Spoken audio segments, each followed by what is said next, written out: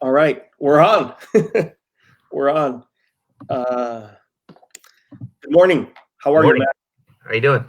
I'm doing all right. And yourself? I've actually been up for a little bit, so and I actually went to bed at a reasonable hour, so I'm All right. actually all right All for right. one.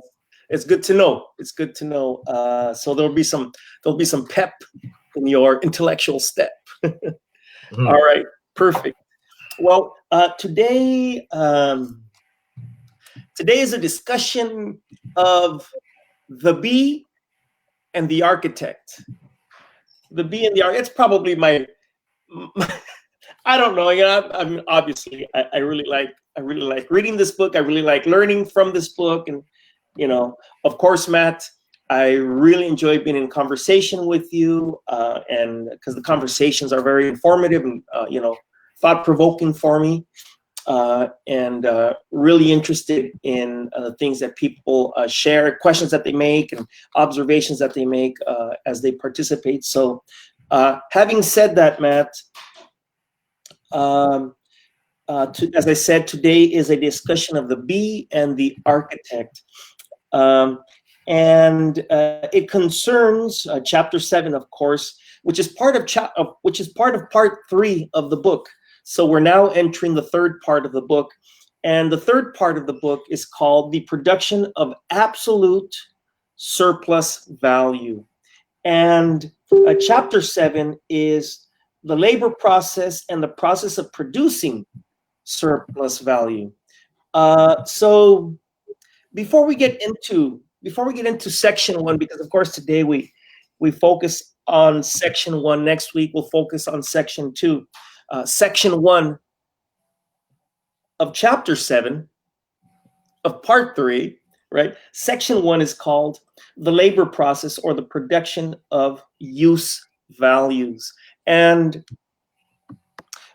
before we get into this discussion, I'd like to set the tone, set the context, uh, uh, set the imagery in people's imagination, so that we can talk about use value later on in more abstract ways.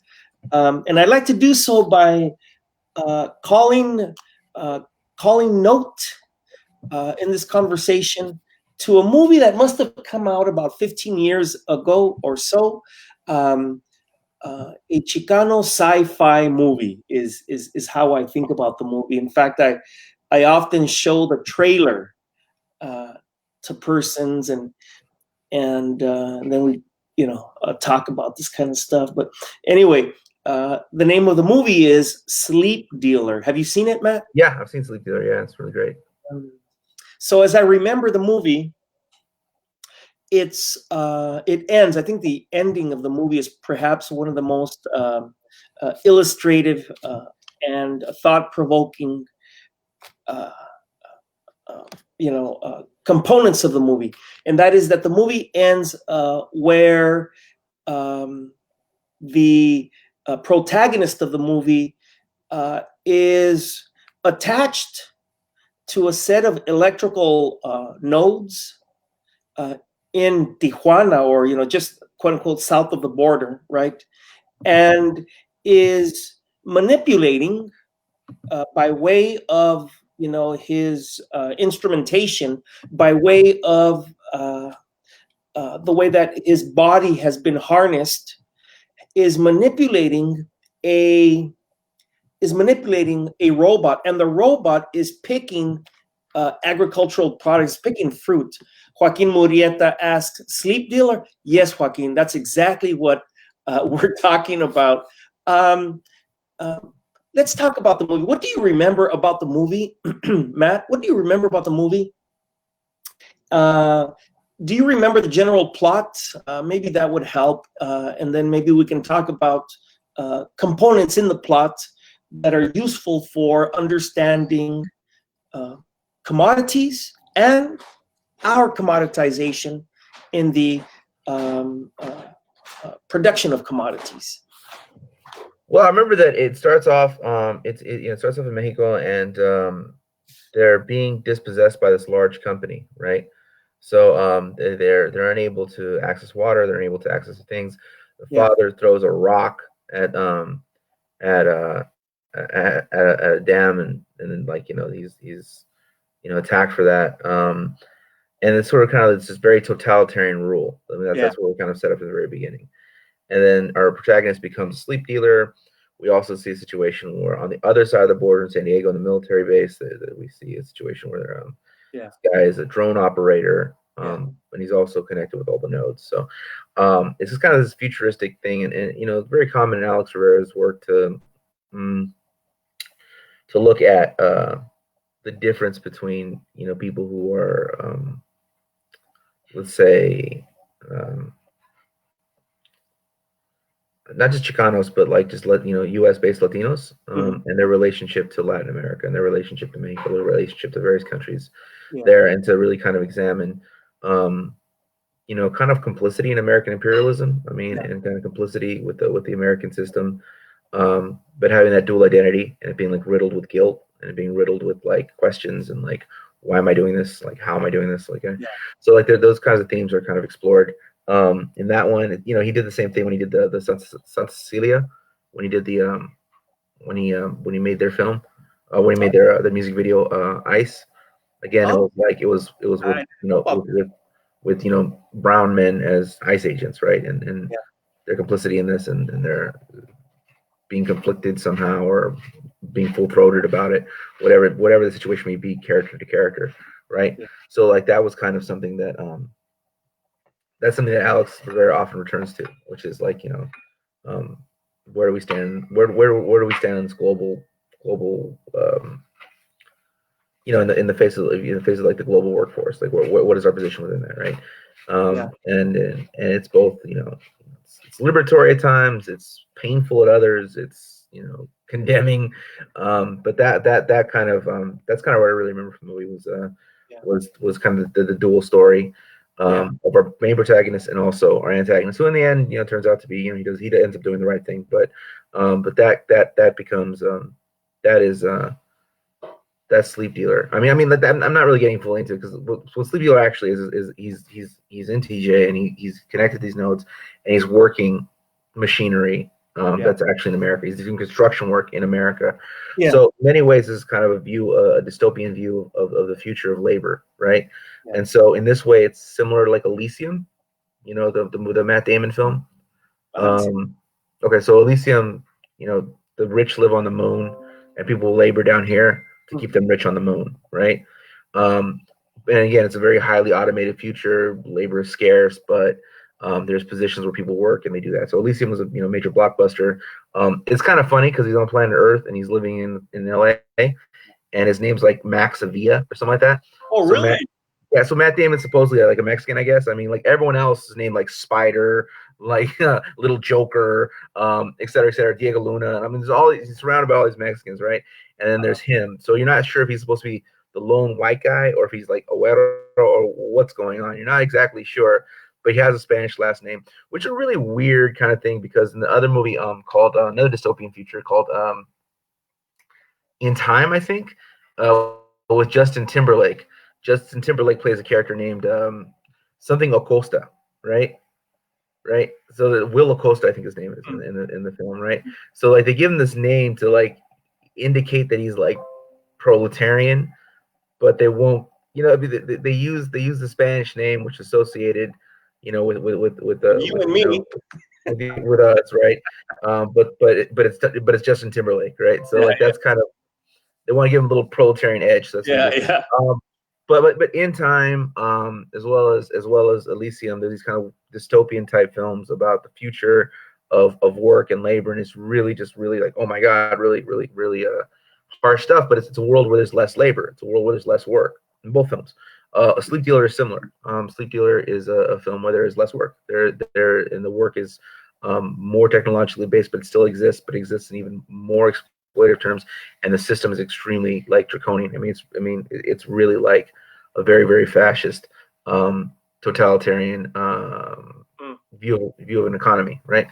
And so I think that, how does that play into what we're talking about? I think that a lot of what we covered last week is actually in this chapter. I mean, some of the stuff was hinted at and then kind of like really extended. So the question of the difference between labor ability, the labor capacity, labor power, as Marx puts it, and what labor actually is, being viewed into the building of the lamp, that's your labor. So you don't sell your labor, you sell your labor power, you sell your ability to labor. All those distinctions are really made clear in this chapter.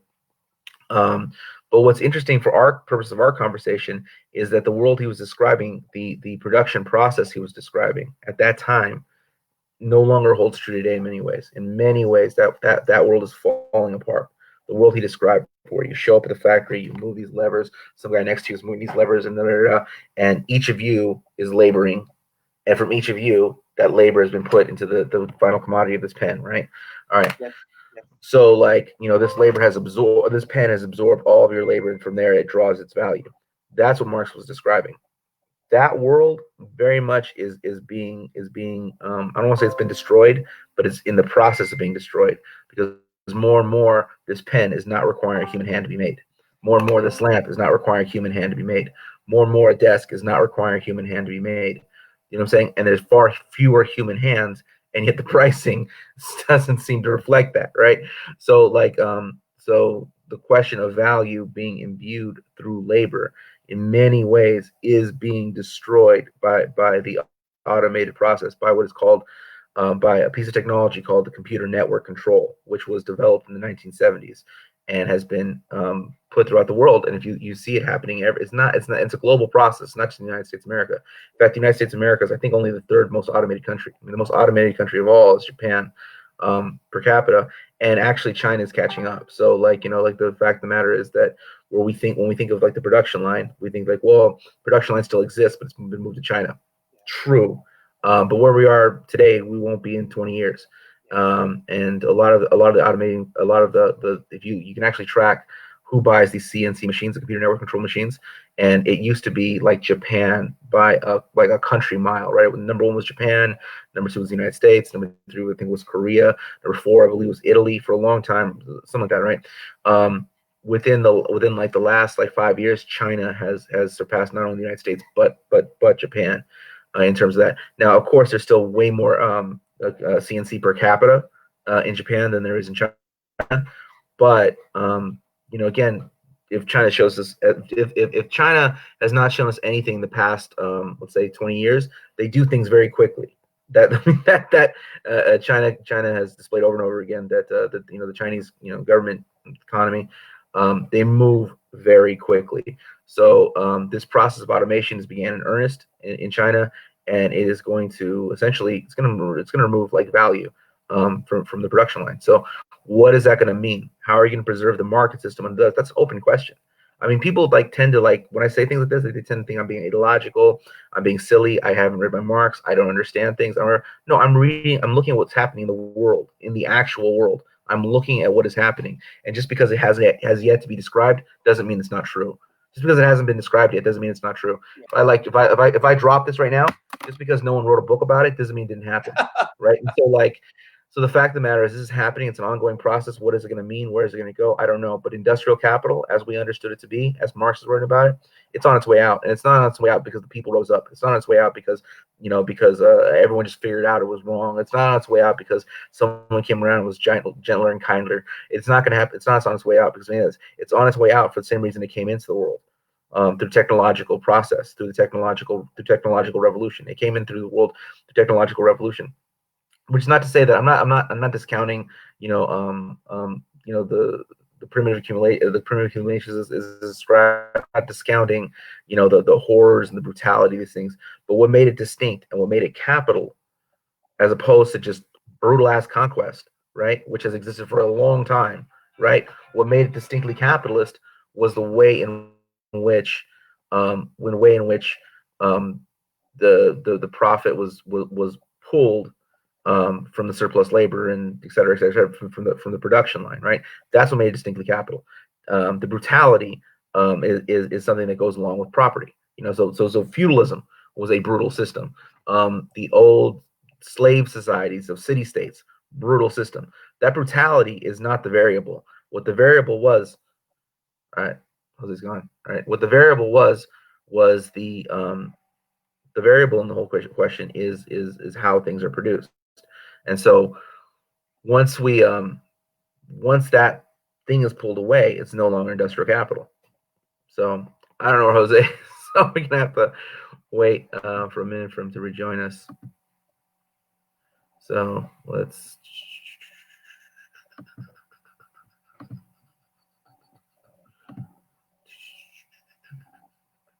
Maybe he didn't like what I said. I don't know. That's what's going on here. Yeah. So we're gonna wait for Jose to come back, and then we're experiencing some technical difficulties.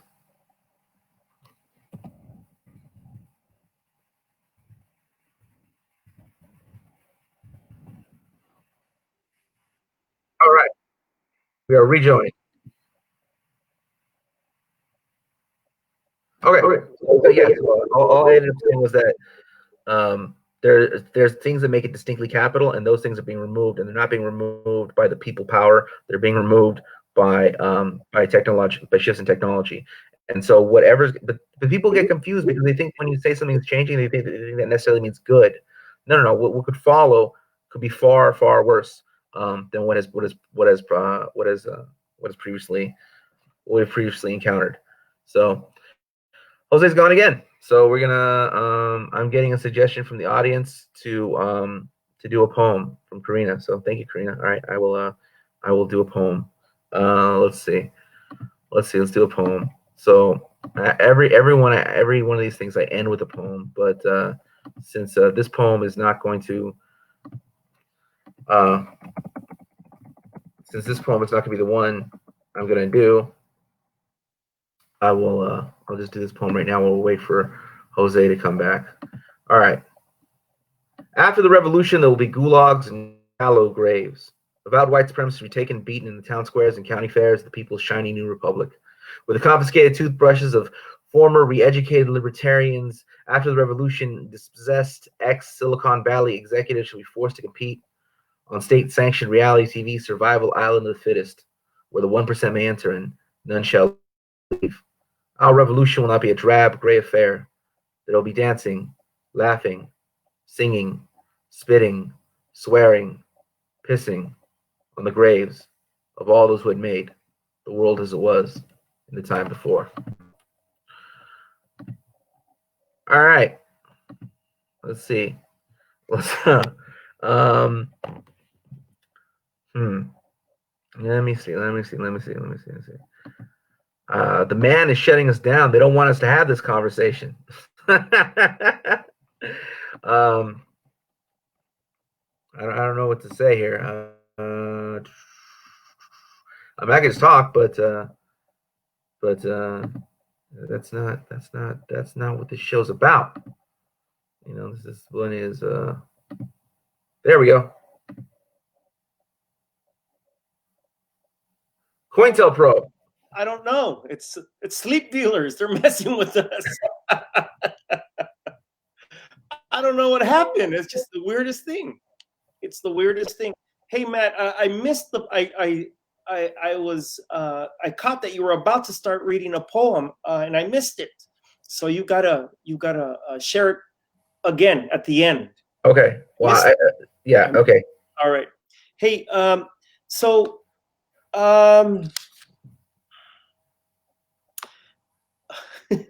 it's kind of threw me off. I'm so sorry, and I'm so sorry to the audience. What is interesting, I'd like to add to the way that you shared.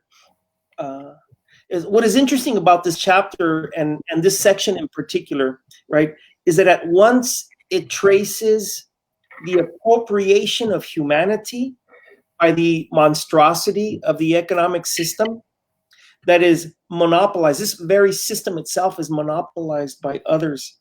And second, it links this appropriation to a linear history. And you were alluding to it just a few moments ago, Matt, before we were strangely interrupted or disrupted. That it is technological advancement, right? That has, from the perspective of this particular chapter, it is technological advancement that has gotten the better of us, right?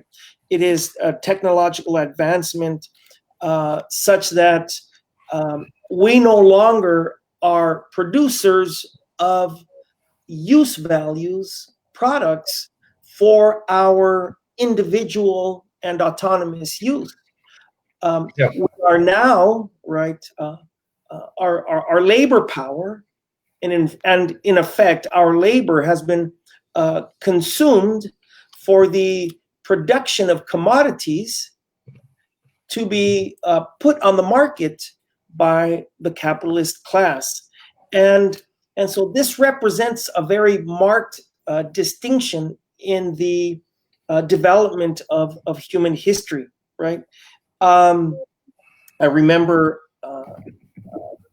talking about this book, reading this book some other time, and addressing its ideas. And I remember thinking about, at that time, I remember thinking about the ways in which the script of this book, the outline of this book, the narrative, if you will, the plot of this book follows almost, well,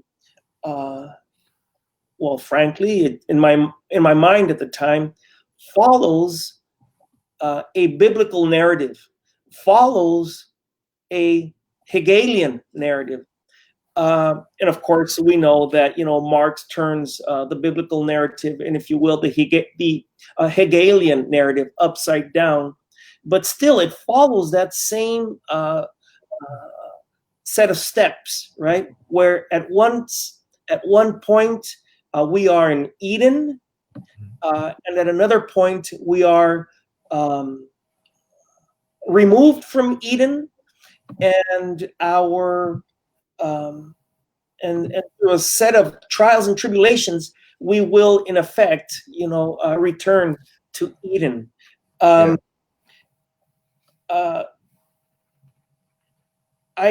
like to talk a little bit about this logic in a little bit, but before I do, I'd like to get your thoughts about that narrative, that sequence, that logic, that plot, and then I'd like to get into the stuff of this particular set of pages.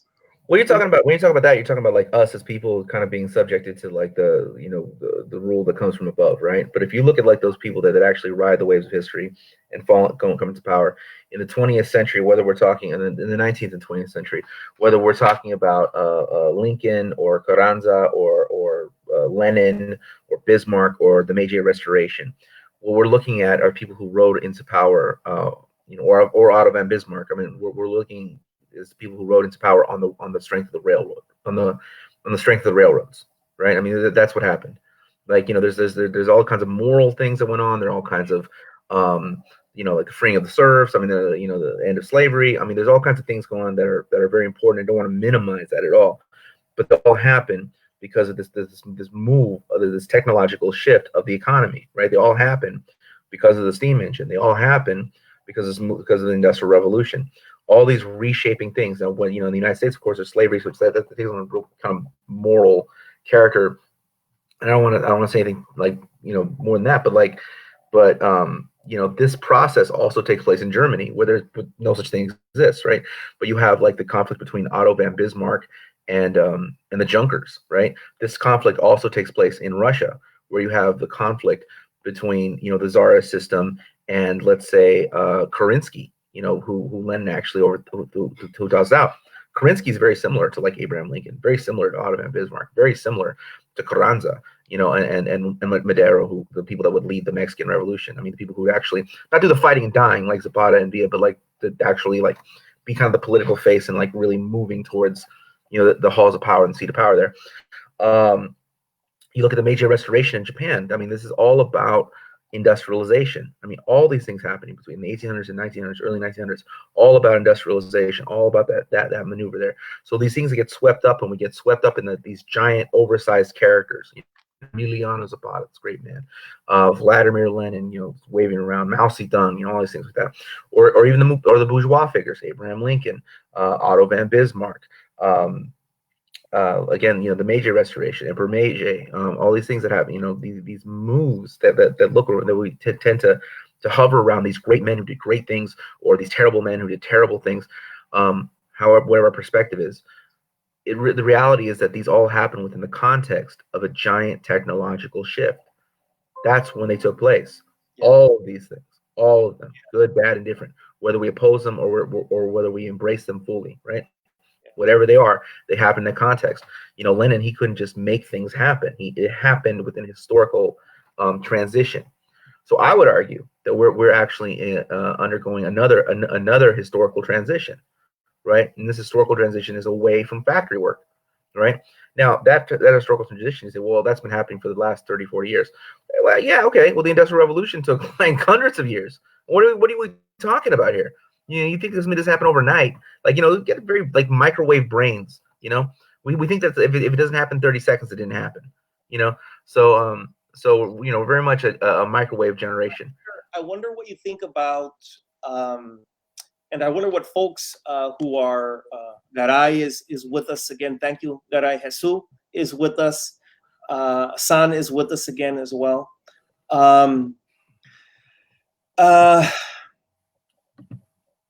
I wonder what the response is if technology is the guiding premise, if you will, if technological advancement is the motor of change, then to which actors in history, or to which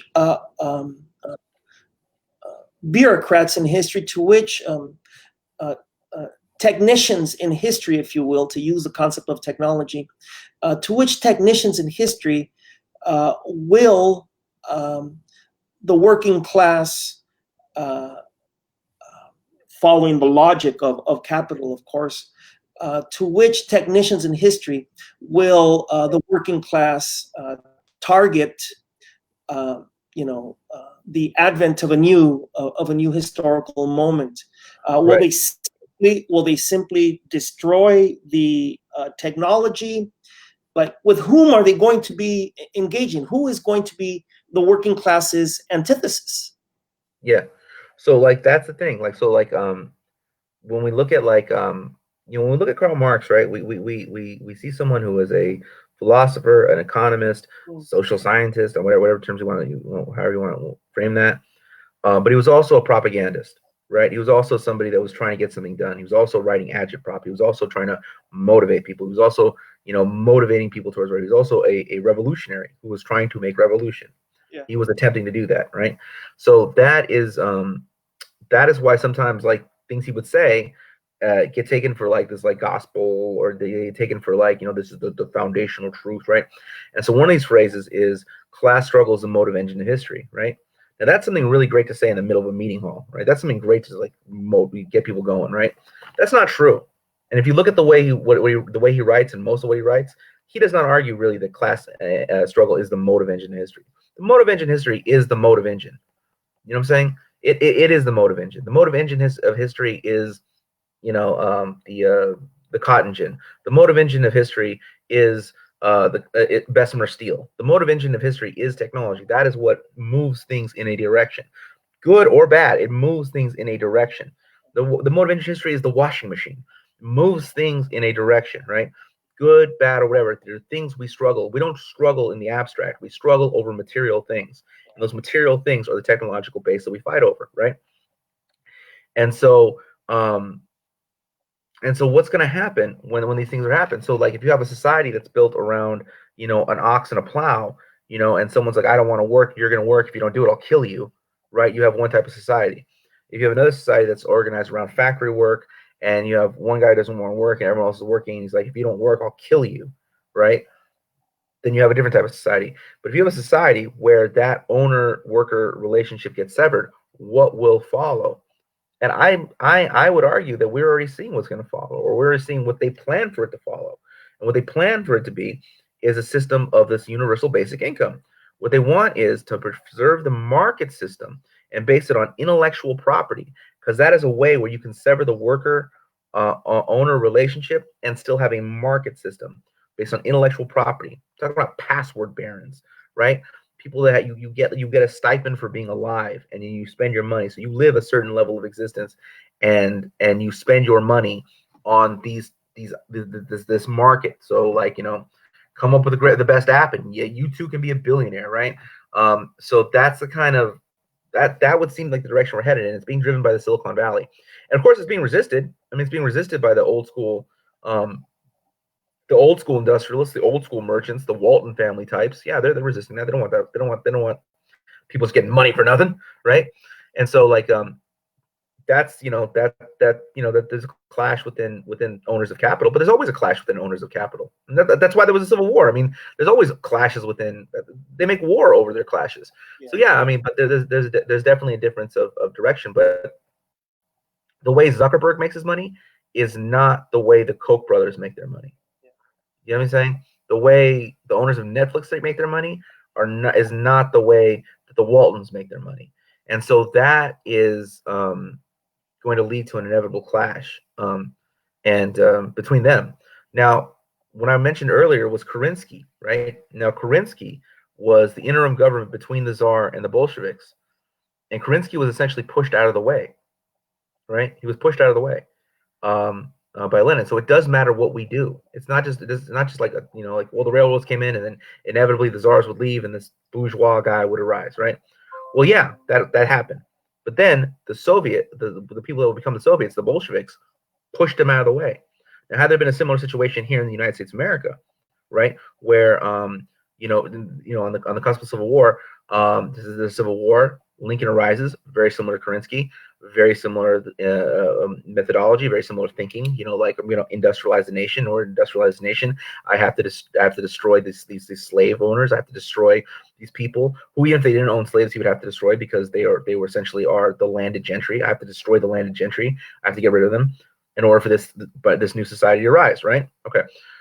Had there been like an American version of Lenin, right? Had there been an American version of that, had there been the United States, then the United States could have at that point in time established, a Soviet, whatever in the United States.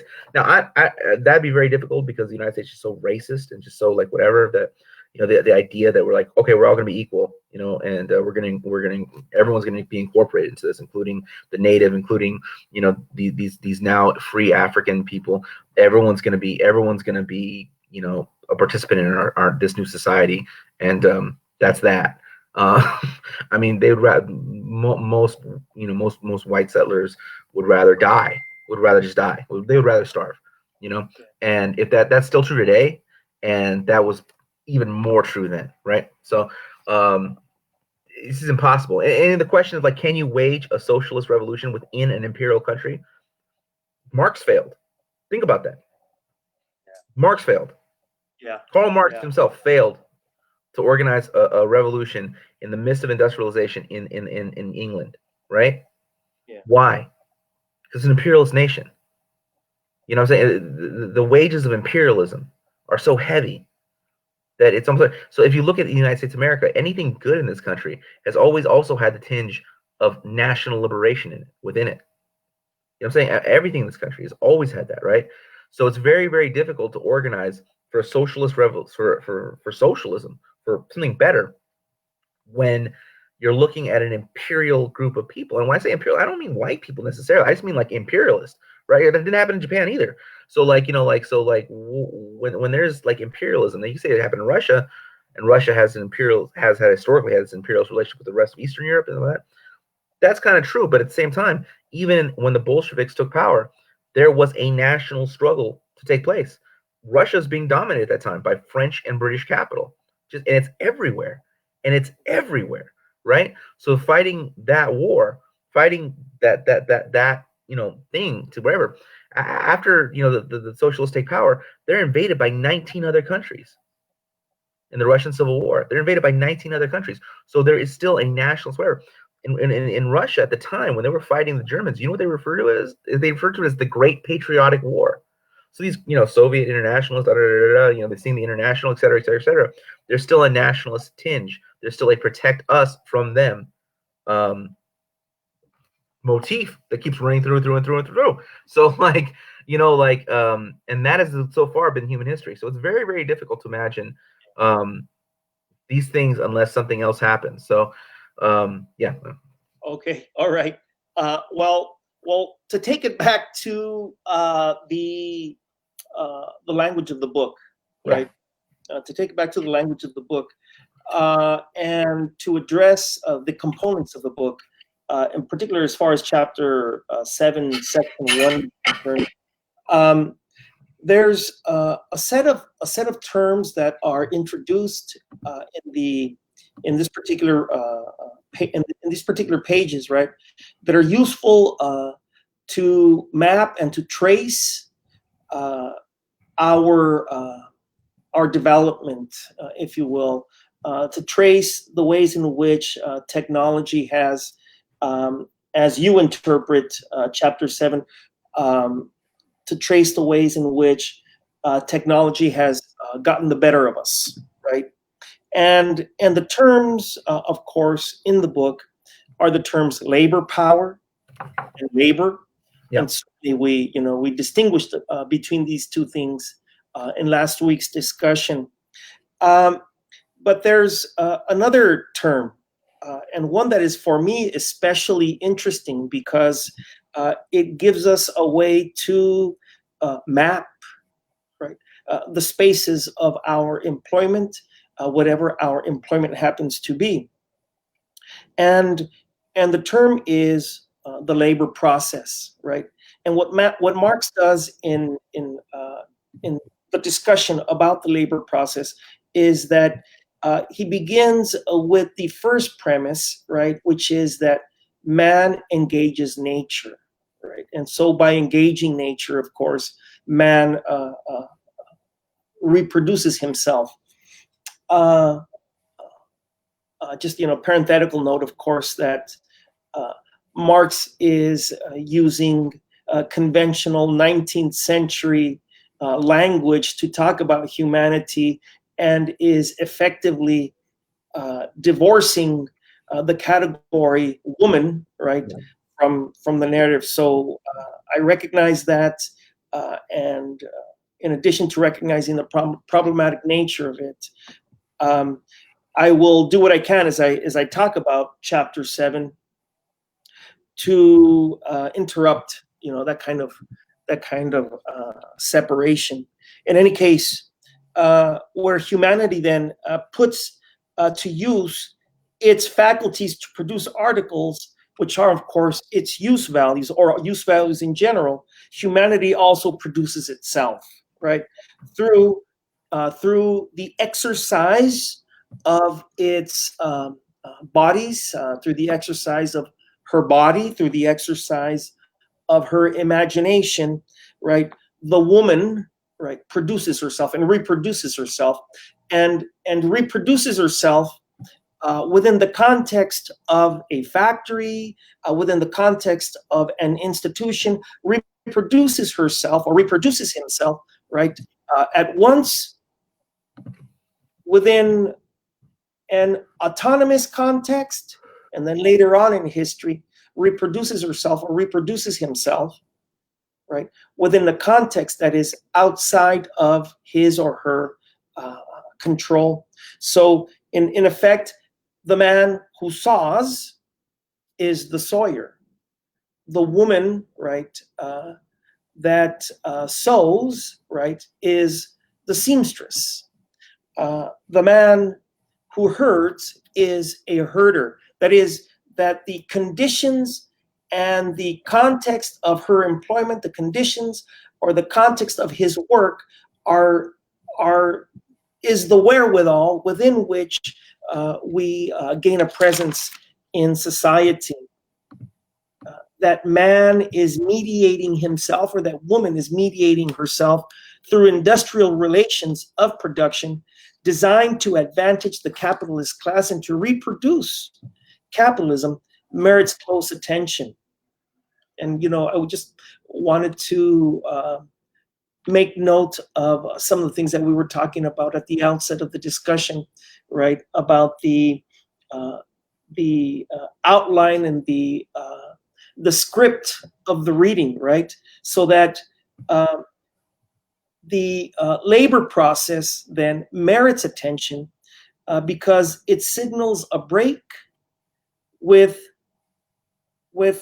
who as Adam, or who as Eve, right, humanity had essentially been. And second, because it is basic to humanity's existence in modernity, governed, designed, architected as it is by the exigencies of they who depend upon labor and labor power, and of course, the labor process itself.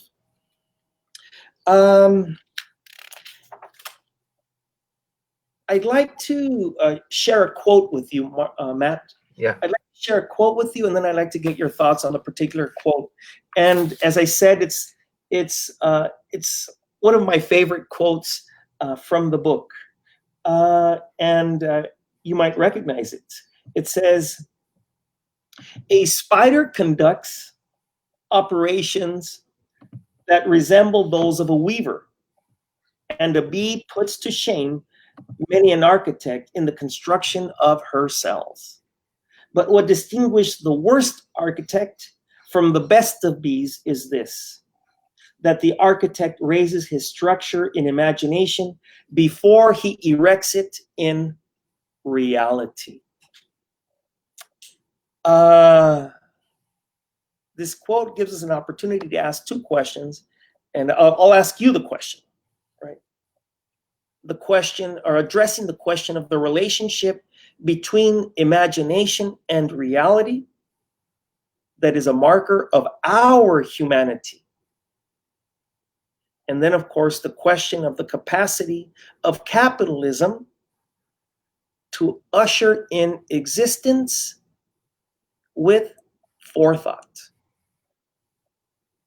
This is the marker of our stolen humanity. What do you think, Matt?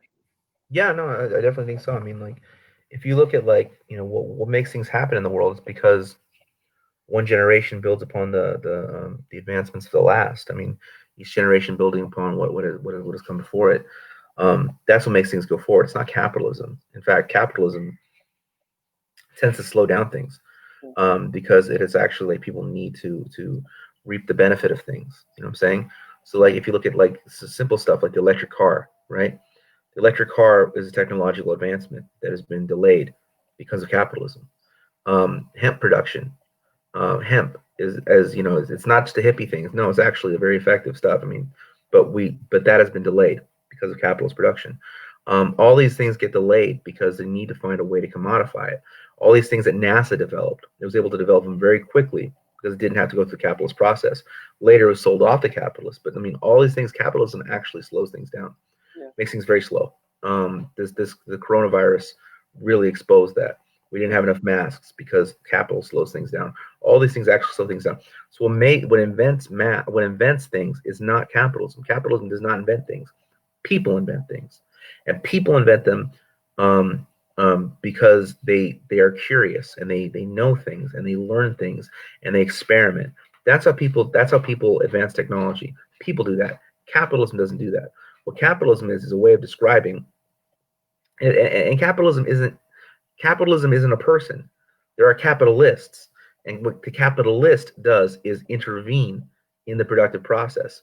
If the capitalist did not exist, and technological advancement were just left to flourish as it would, based not on exchange but based on use value, things not only would things would regress at a much quicker rate, much quicker rate. So it is the human being that builds things. It is the human being that conceives of how to build things. It is not the capitalist. Now, sometimes the capitalist and the inventor are simultaneous. A person is both a capitalist and an inventor, right?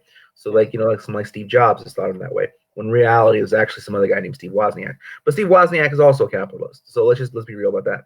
So sometimes the inventor and the capitalist are simultaneous. Thomas Edison, exactly, for example. But their role as a capitalist and their role as an inventor are separate. You know, Henry Ford or something like that. It's separate. Their knowledge as an engineer and their knowledge as how am I going to exploit everybody are separate, even if it's the same person, right? And that's not usually what happens anyways. Usually it is George Bessemer and Andrew Carnegie. Andrew Carnegie didn't know how to make steel. Andrew Carnegie didn't know anything. Andrew Carnegie knew how to rip people off, and he knew how to hire people to kill other people. And that's what Andrew Carnegie knew how to do. So yeah, so that's kind of that's kind of that. And, but one point I want to make, going back to the thing I was talking about earlier, the best example of why I think it's so difficult to organize an imperial proletariat for socialist revolution. I mean, one of the best example I could think of is actually the French Revolution. You look at the French Revolution, you're talking about guillotines, you're talking about chopping people's heads off, you're talking about a real strike against the ruling class of France at that time. Full-blooded, full-throated, absolutely, and absolute, a revolution against the rich, right? That is absolutely true, and in no way, and there's no way to say, well, no, it really was. And what did it result in? It results in Napoleon Bonaparte. It results in him trying to conquer, the rest of Europe. It results in, the French system afterwards that would, fight against a Haitian slave revolt. It results in a France that would invade Mexico. It involved, what I'm saying? So like, there's just the, and would stay in Vietnam, and would stay in Algeria, and would stay in all the different places. They didn't let go of their empire after they had a revolution, and because they wouldn't let go of their empire, because they could not let go of imperialism, they themselves could not achieve socialism. They themselves, within their own country, they could not achieve, a Bolshevik style thing where the people own the means of production, because they would not let go of imperialism. So like, that's kind of, anyways. But speaking to what you said, yeah. So I'm tempted to go off on a thought that your comment made, and the thought, of course, was that as there was the French Revolution, or the French uprising, and then as it reproduces itself later on in the 19th century, and as it leads to some of the it leads to the imperial projects and oppressive imperial projects of French society and the French government later on, even into the 20th century and 21st century, frankly. So too were there similar uprisings. And recently, someone shared an observation about the capacity of, and this to take it back to the current moment, the one that we are living in today, and the one that has been brewing for the last 3 months or so.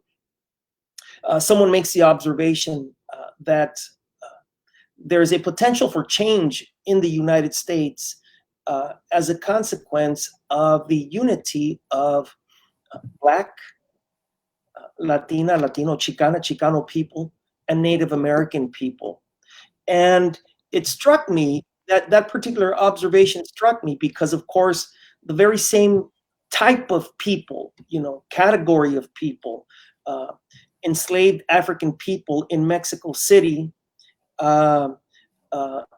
essentially enslaved Indian people in Mexico City, and Hispanicized Indians, quote unquote mestizos, in Mexico City in 1810, engaged in the kind of uprising and revolt that 10 years later or so gave birth to the Mexican nation, and gave birth, effectively to Enrique Peña Nieto, the last president. So your observation is well received.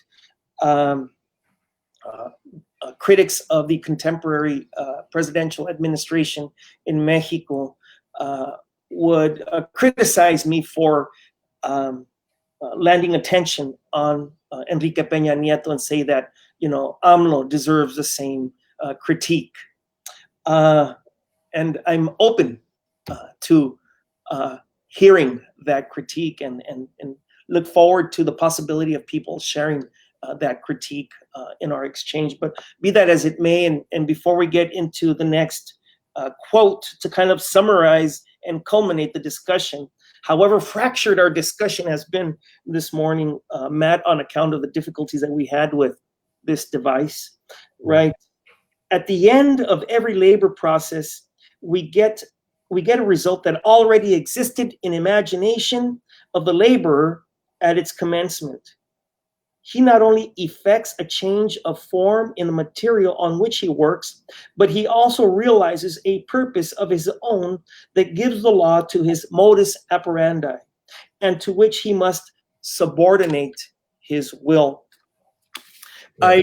I'd like to I would just go ahead. yeah, we'll talk about that. But I would just say that we're always constantly criticizing things on what they're not, and that's definitely true. But we also recognize what they are. And I would say AMLO's probably the best president Mexico's had since Lázaro Cárdenas. I mean, like in terms of like talking about kicking out the IMF, talking about this. I mean, like there's still criticisms we levied, but like when we look at like Nieto, when we look at like all this has happened, we look at what AMLO kind of comes out of, which is like Cuauhtémoc Cárdenas' party and back in the day, and moving this way, this way, this way. It's definitely something that if we're gonna sit here and talk about that, I mean, like, like we can criticize Evo Morales, we can criticize Madero, we can criticize Hugo Chavez, even. I would say someone like Fidel Castro for me is above reproach. I mean, like you can criticize it, but like, no, but when you really seize the means of production, that's a different story. Now we're talking about something different. Yeah. But when we talk about like in a history of reformers, I think AMLO fits well into like Correa, Morales, kind of the Bolivarians that like people really like, and then people criticizing AMLO seem to have like a lot of good words for Bolivarians. So I don't know. I mean, I look at the policies, I see a lot of similarities. So. Okay, all right. Well, let's talk about the labor. We've got 5 minutes. Dang. I have all these ideas that I wanted to share, but anyway, get one out. Yeah, of course. There's actually 4 things that are introduced in this reading to get us to think about our appropriation. And I suppose I'll need to draw attention to the subject of work, right? And the subject of work, what I will say is the object of work, because of course drawing from my understanding of subject and object, I prefer the term object, right? And so that the object of work is, or are those things that those things which labor separates from the environment, right? This is of course according to this particular reading. And so if labor has the capacity to separate and to make distinctions in the world, right, to create objects, then what is the relevance of this for work that does not appear to draw from nature? And this of course takes us to a discussion that we were having earlier, that lays attention to the fact that largely, at least within the scope of our existence, right, my existence, your existence, in our day-to-day life, largely there is technology that makes it, so that human beings are not creating stuff. Human beings are not creating commodities. Now, what is the relevance and pertinence of this particular book in a society where humans then are the commodities themselves? So that if we are no longer making erasers, for instance, or we're no longer making pencils, right? Machines are making pencils. Then, if we are not creating products, what is the significance of this, or what is the relevance, the pertinence of this particular book and this understanding? Oh my gosh, I've extracted from our discussion, I've extracted from the train of thought that I had for the moment, this particular topic about the objectification of labor and the objectification of humanity, and really it's I think we're going to have to continue the discussion, Matt, next week, and I think that we can do so on account of the fact that we're going to get into section 2 of chapter 7, where we talk about the creation of surplus value. So having done so, won't you repeat the poem? And I apologize for the difficulties somehow, some way, I lost connection twice, and so I don't know about how that happened. So won't you close? I'm gonna read a different one. I'm gonna read a different one. That one was the one I did called After the Revolution. I said, after the revolution there'll be gulags and shallow graves. So that was a little intense. But this one's a little more on topic of what we were talking about today. I was just thinking I just needed something I could go to. So this one here. All right. Once there was a shining city on a hill, whose roads were paved by the unpaid hands, worked factories, absorbed the lifeblood of conquered lands, a shining city to raise a family, pockets full, fences strong, bred children with picket white futures, while the bones, the children of lesser gods, lesser nations, lesser peoples, grew brittle, bellies grown empty, throats grown dry, the economy built on the backs of the invisible. Along the hill they lived well, and they lived blind to the cries. Once there was a city on a hill. Once there was a class of go-betweens, intermediaries, who did not want to know where their middle class came from, whose expendable wealth was the lifeblood of an empire, the envy of history. Now imperial ruins where they shop till they drop and borrow to be fed, elect and re-elect store-bought officials to lull them back to sleep to reawaken a dream. Watch them pick off the winners of stage debates. Watch as they claw their way through universities. Watch as they beg for debt, sleepwalk through decades, hoping to retire peacefully, quietly, and wait upon death in a decaying empire. Watch as they collect the latest gadgets on store-bought credit, no payments till January, with empty refrigerators and bare cabinets. Listen in as they flee the calls of creditors and collectors. Watch them fake their way through poverty in the midst of plenty.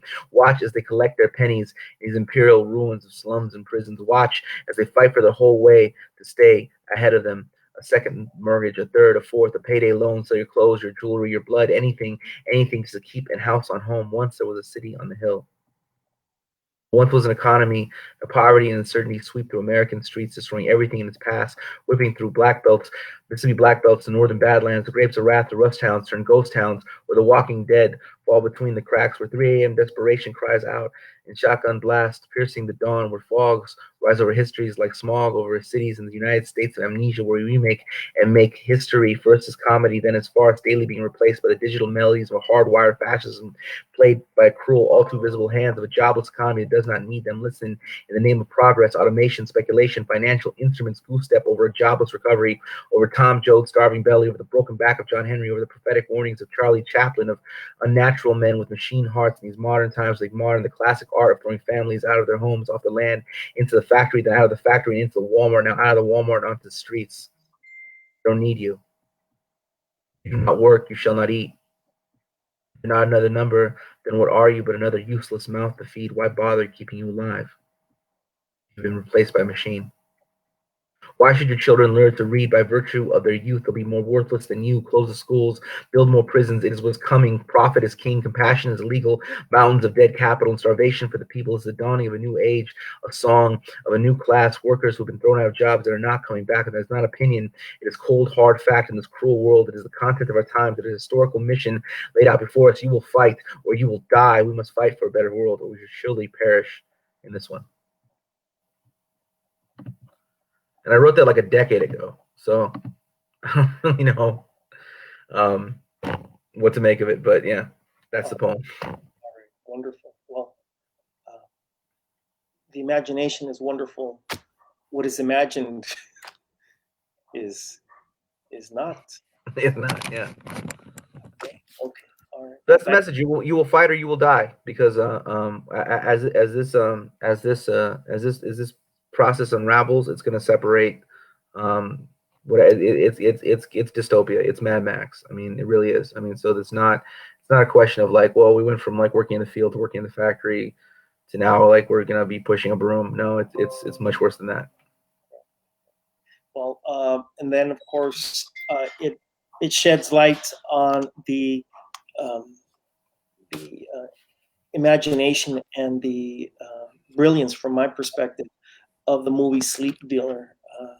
Anyway, things messed up. I had this difficulty. I don't know how my connection was lost twice, but I apologize. And I'll do what I can to respond to folks offline. Yeah. Thank you, Yeah. Matt. And we'll see you next week. Yes, absolutely.